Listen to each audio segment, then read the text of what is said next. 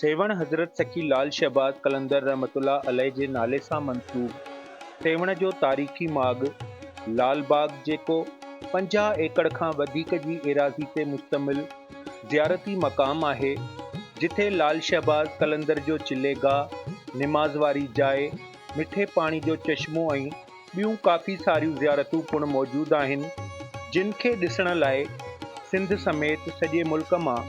आशिक़ाने कलंदर रोज़ानो सवें ऐं हज़ारनि जी तइदाद में हिते अचनि था। तारीख़ी माॻ लालबाग जी ख़ुशहाली ऐं ख़ूबसूरती खे बहाल रखण जे लाइ ख़ादिमे कलंदर फ़क़ीर साईं मुमताज़ अली मंगी जूं कोशिशूं मुसलसल जारी आहिनि। हिते ईंदड़ ज़ाइरीन जे लाइ ख़ादिमे कलंदर फ़क़ीर साईं मुमताज़ अली मंगी जी ख़ुसूसी कोशिशुनि सां हिकु बहितरीन ऐं ख़ूबसूरत पार्क पिणु तइमीर करायो वियो आहे, जंहिंमें अॼु बि वण ॿूटा सावक ऐं सुराण सां सजियल हिन पार्क में लाइटिंग, सफ़ाई सुथराई ऐं सार संभाल वारो कमु ख़ादिमे कलंदर फ़क़ीर साईं मुमताज़ अली मंगी जी ज़ेरे निगरानी में जारी आहे।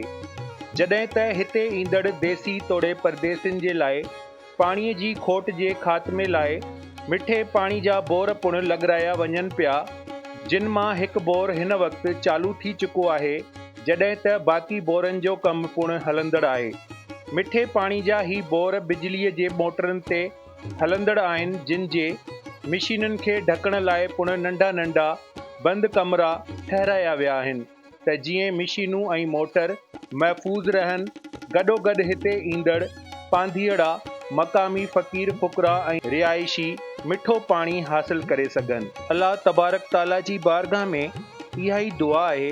त अल्लाह पाक ख़ादिमे कलंदर फ़क़ीर साईं मुमताज़ अली मंगी खे सुठी सिहत सां वॾी ॼमार अता फ़रमाए ऐं संदसि कयल ख़िदमतूं पंहिंजी बारगाह में क़बूल ऐं मुस्तजाब फ़रमाए।